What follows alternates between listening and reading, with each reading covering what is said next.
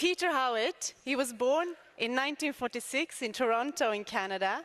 He got his PhD from 1973 at Northwestern University in the United States. He's currently a professor at Brown University in the United States. And Peter Howitt, he's the other half of the dynamic duo that created the theory of sustained growth through creative destruction. In terms of complementarity, he is the macroeconomist who brought the general equilibrium perspective into their model.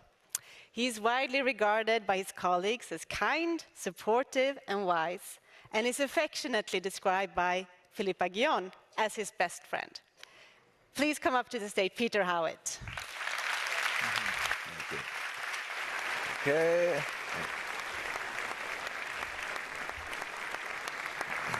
Great, thank you.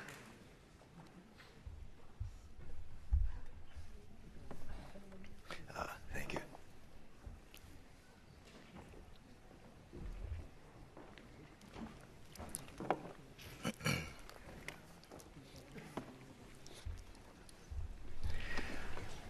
Well, thank you very much.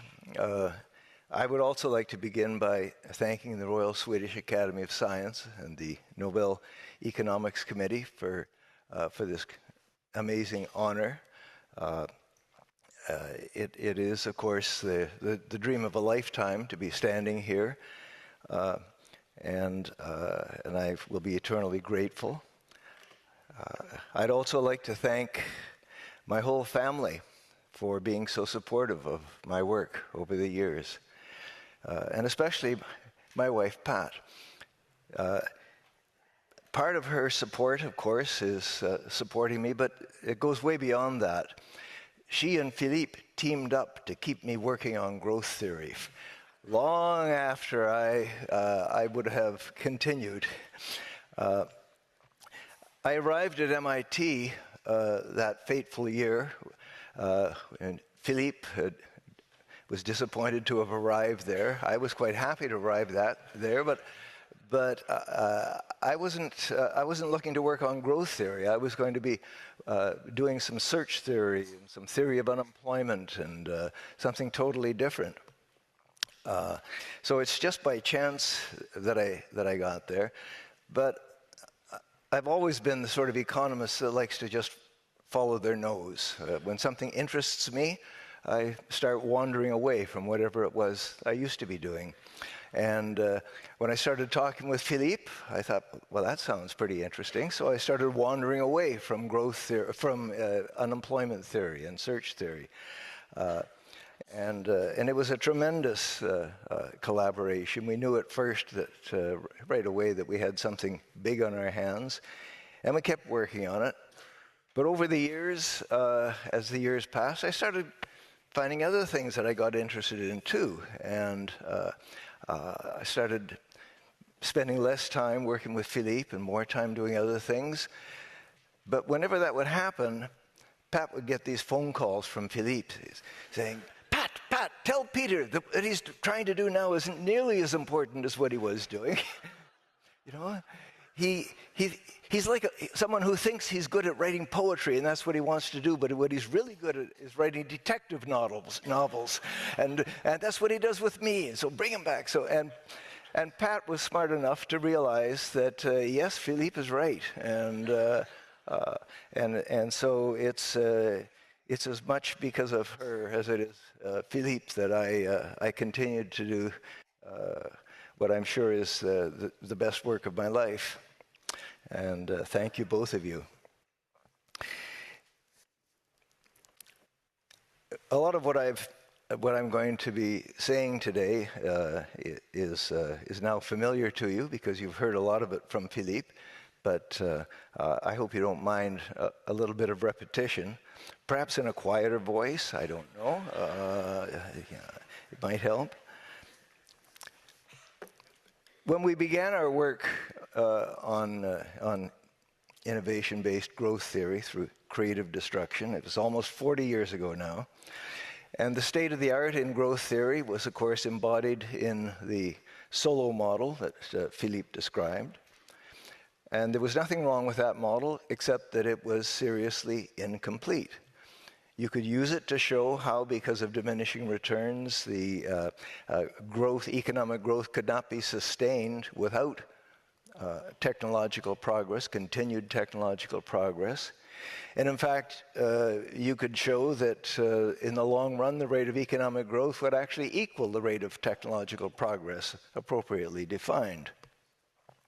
But it took the rate of technological progress as given, as something that was just not affected by anything going on in the economic system or anything motivated by economic objectives.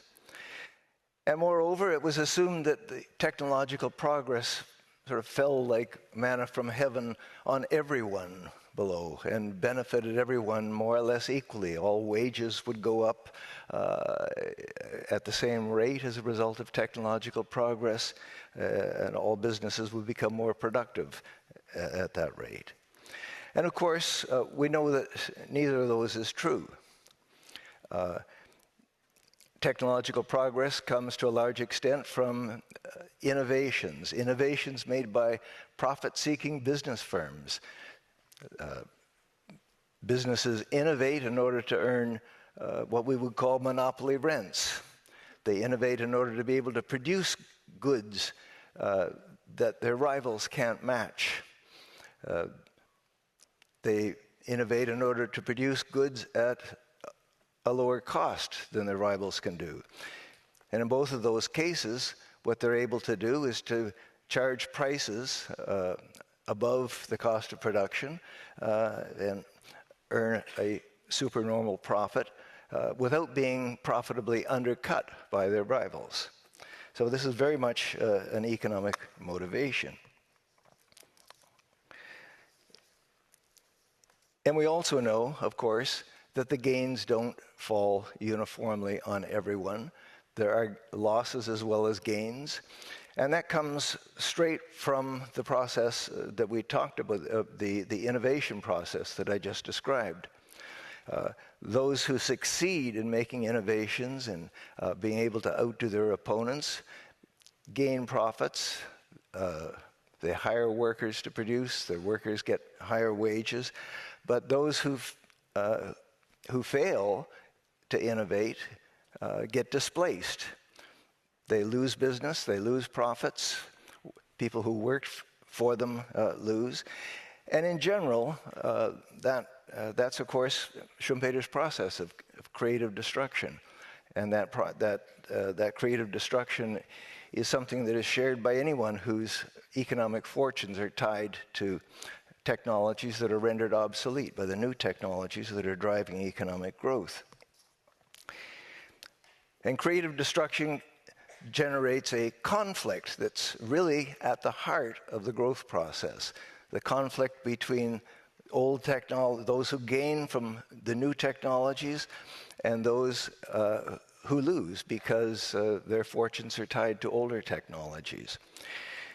It's at the heart of the growth process because whether or not and how fast a country can grow will depend very much on how that conflict is resolved. Will those who gain from this creative destruction succeed and be allowed to implement their new technologies and so on? Or will those who would potentially lose manage to block the new innovations?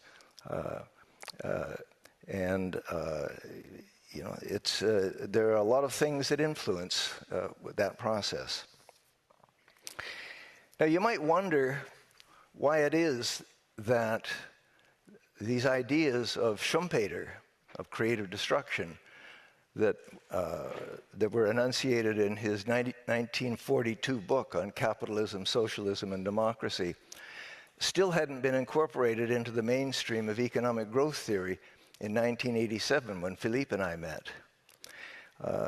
And it's a good question. I think there are a number of aspects to it, but I think that the main reason is that this process of competitive innovation and creative destruction involves some fairly complicated strategic conditions that had to be worked out in order to create a coherent mathematical model. And you imagine a market where some product is being produced and everyone knows that it's capable of being improved, not just once or twice, but any number of times. Someone might undertake to create the next generation of that product and earn some monopoly rents from it. But there'll be other people racing to do the same thing. And so how much you spend on hiring people to do research, to try to speed up the arrival of this new invention, to get it for yourself, will depend to some extent on how much other firms are racing to get to the same goal. The faster they race, the faster you might want to race. Or if they're very good, you might give up. It's a strategic situation where how much you're investing in it depends upon how much others are investing. How much they're investing will depend upon how much you are investing. And to figure out what's going to happen, you need to find some kind of a Nash equilibrium or something, where everyone's doing what they find most profitable given what the others are doing.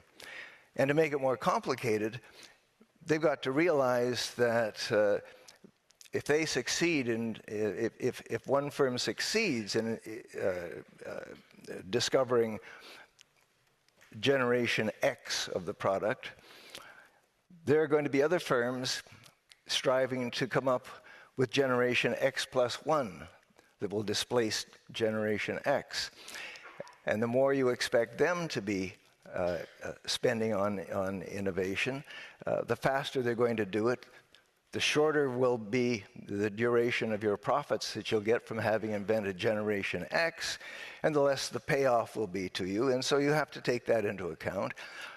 And you have to sort of put yourself in their position to figure out, well, they're going to be doing something like what we're doing, but that means that they have to consider what will be happening to people trying to come up with generation X plus 2, and so on and so forth. So it's a bit of a tricky situation. It's not impossible. It requires the use of some game theory.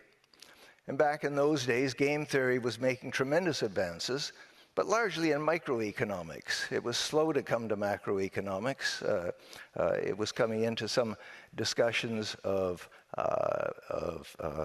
monetary policy and fiscal policy, but not into growth theory. Well, fortunately, where we met at MIT was also the home then to Jean Tirole, who was a master at using game theory in industrial organization theory. And he was at the time just putting the finishing touches on his magnificent book called The Theory of Industrial Organization, which had a whole chapter devoted to patent races, the sort of thing that we were talking about, but trying to put it into a macroeconomic model, which was a somewhat more difficult thing because there are just so many more moving parts in a general equilibrium system than in the system of an individual market.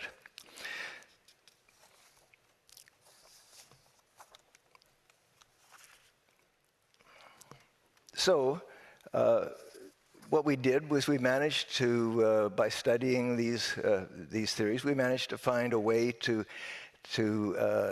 model this this process of this, how this strategic situation would work out, and we managed to put it together into a macroeconomic model, a model that could then be used to go out to look at real-world data to see how big is this effect that affects economic growth, how big is that effect, what are the other things that could affect the incentive to innovate and so on, and would affect the rate of economic growth. So I'll just show you a little bit of what that model looks like. Philippe has already gone over it with you, but this is just my own little version of it, if I can actually come up with it. No, I guess not. Oh, I had the wrong clicker. All right, okay. There we are. There are two key variables here. One of them is the frequency of innovations. Actually, my notation, we didn't coordinate enough here. My notation's a little different than Philippe's. This is the overall frequency of innovations in the whole economy. And this is something that in our model is the result of firms trying to maximize their expected values, taking into account the strategic situation that I've just described, knowing that in order to innovate faster, they would have to hire more research workers. Those research workers had to be paid a wage that depended upon what they could also get in manufacturing industries. The model determined what that equilibrium wage was. It determined what the rate of profit you could expect as long as you had a monopoly would be. And firms would solve this strategic problem and come up with a frequency of innovations for the whole economy. And the other important model was the size of innovations, gamma. And it was, in some versions of our model, just taken as given, and others it was subject to the same sorts of considerations as lambda. And the only equation I'm going to show you is a very simple one here, which is that the rate of economic growth in the long run in this model was just the product of lambda, the frequency of innovations, and the log of gamma, which is a measure of the size of innovations. And there's nothing really surprising about this equation. It's really just saying that, if you like, the faster, if you want to run faster, which is what's on the left-hand side, you've either got to take longer strides or take them more often, and that's what it is.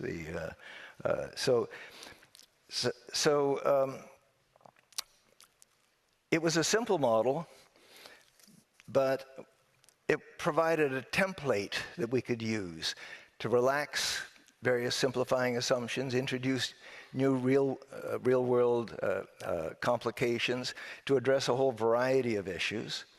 And over the years, we managed to use it to address how economic growth affects and is affected by, in turn, international trade, competition policy, education, the environment, population health, political economy, government fiscal policy, economic inequality, the patent system, and a lot of other things that many of which Philippe has already talked about.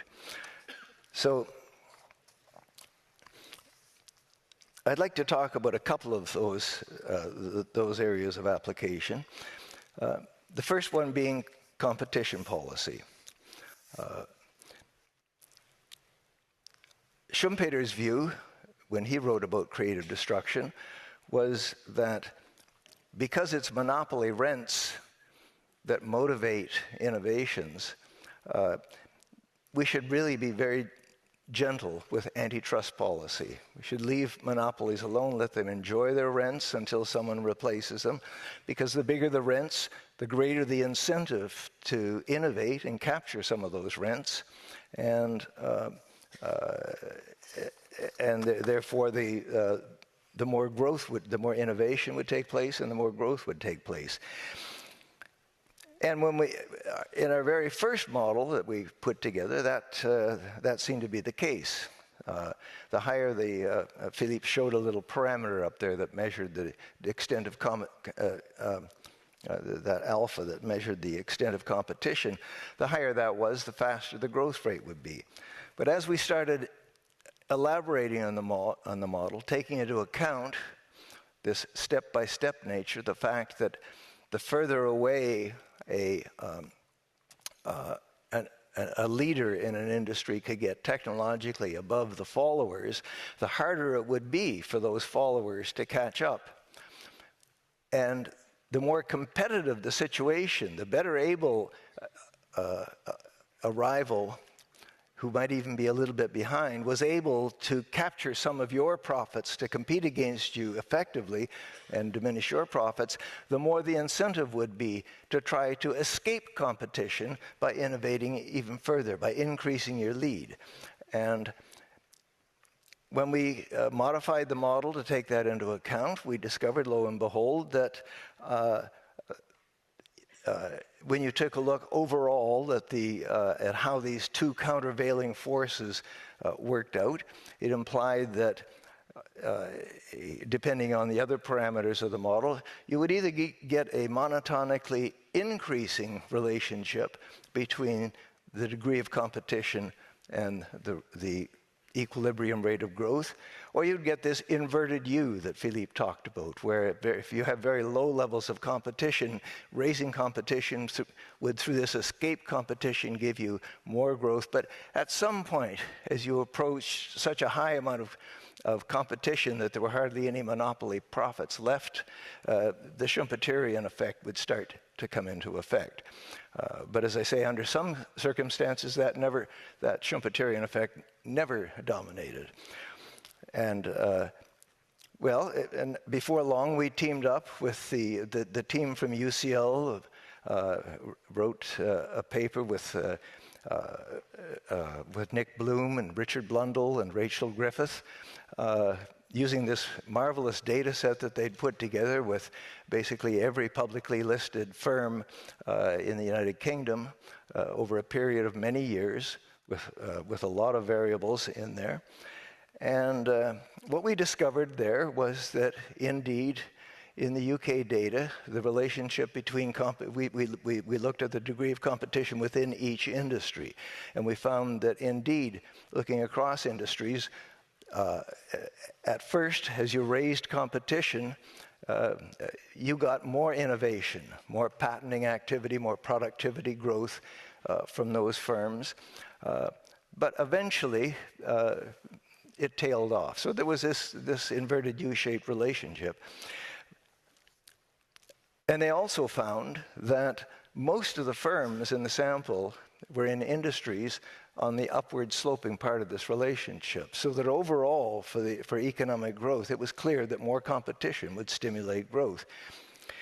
So the reason I like to talk about this particular application of our model is that it just is an illustration of how taking these old ideas of Schumpeter and putting them into a mathematical model that allows you to go to the data and do some econometrics can really teach you something that even a genius like Schumpeter hadn't really fully appreciated, and in fact sort of stood Schumpeter on its head. And so that's one thing that we were able to do.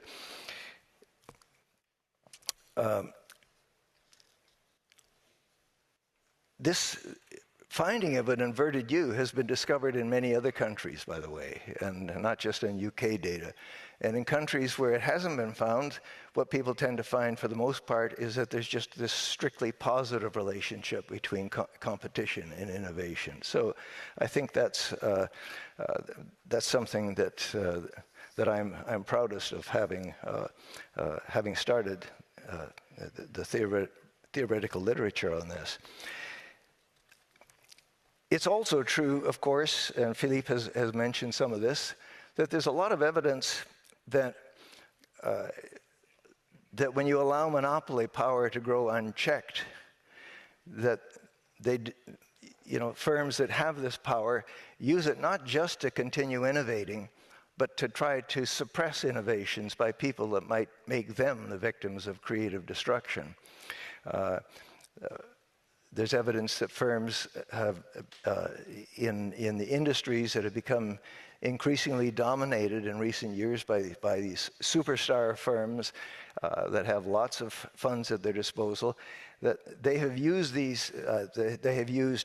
such techniques as creating patent thickets, buying up patents from everywhere, so that anybody that tried to challenge them, their leadership, with a new technology would have to have the money to pay for all the legal expenses of defending themselves against suits of patent violation. They've engaged in preemptive mergers. When a rival gets to the point where it seems to be threatening the core business of one of these large companies, the best strategy often is not to try to compete against them, but to buy them out. You buy them out, and you can either direct their technological development in directions that are going to be complementary with the trajectory that you're on, or you could even just suppress the innovations. You don't have to worry about them anymore. And that's going on an awful lot.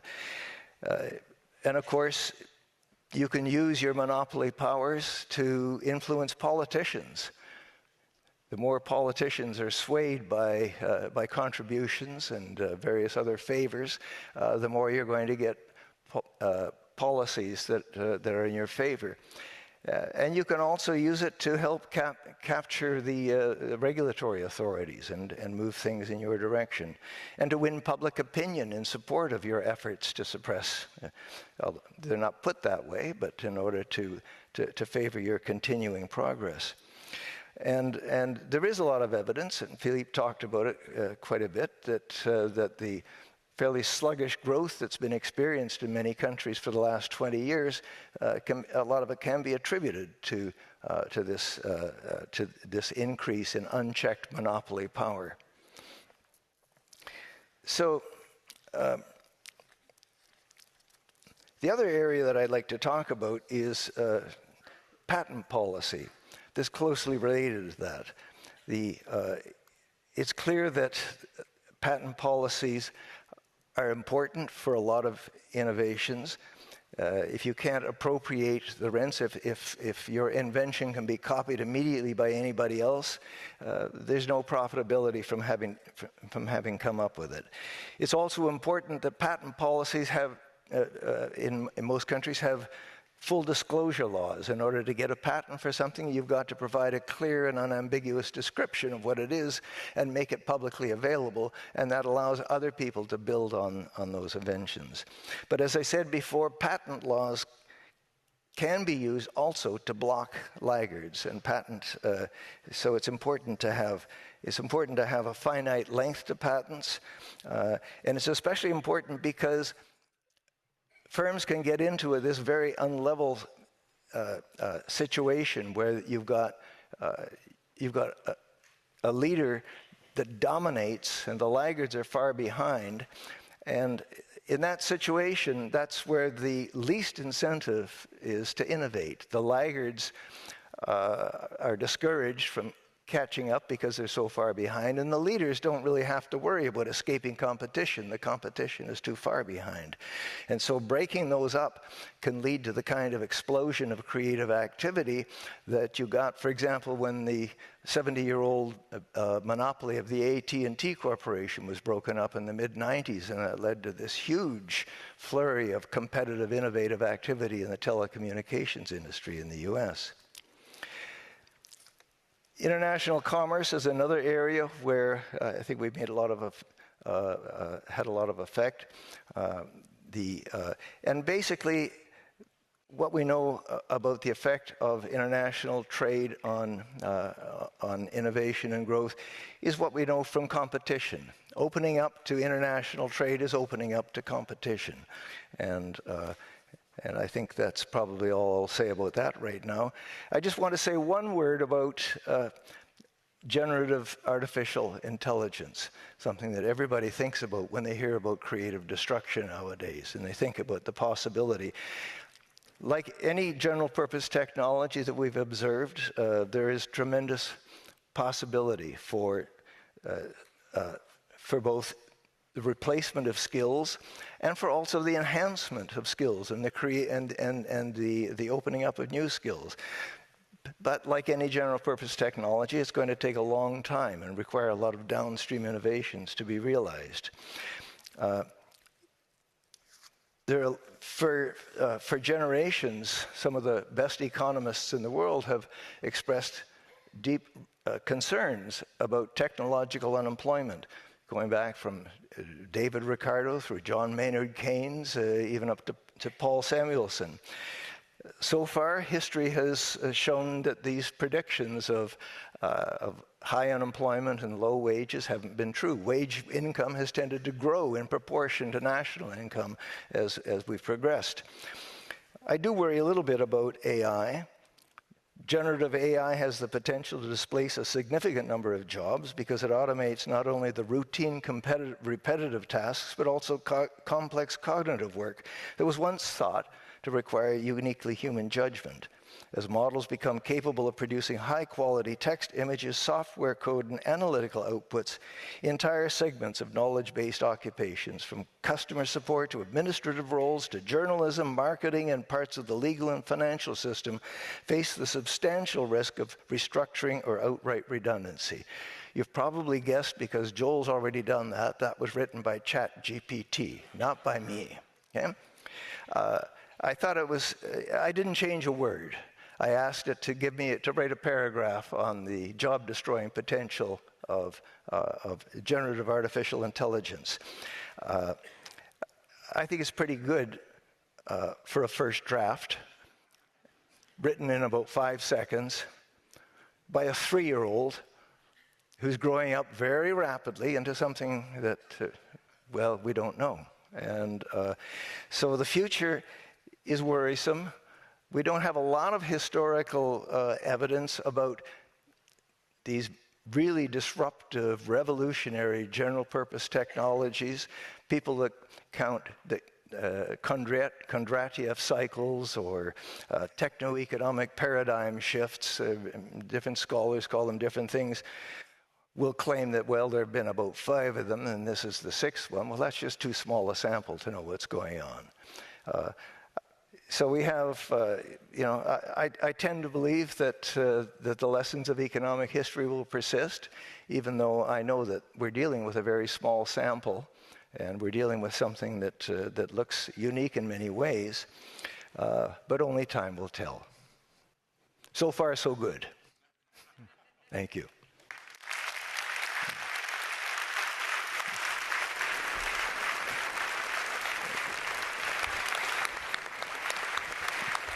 Okay. Thank you so much. You stay on the stage. All the laureates come to the stage. Thank you so much, Peter Howitt. Now let's welcome all the laureates for 2025 Year's Prize in Economic Sciences. Peter Howitt, Philip Aghion, Joel Mokyr,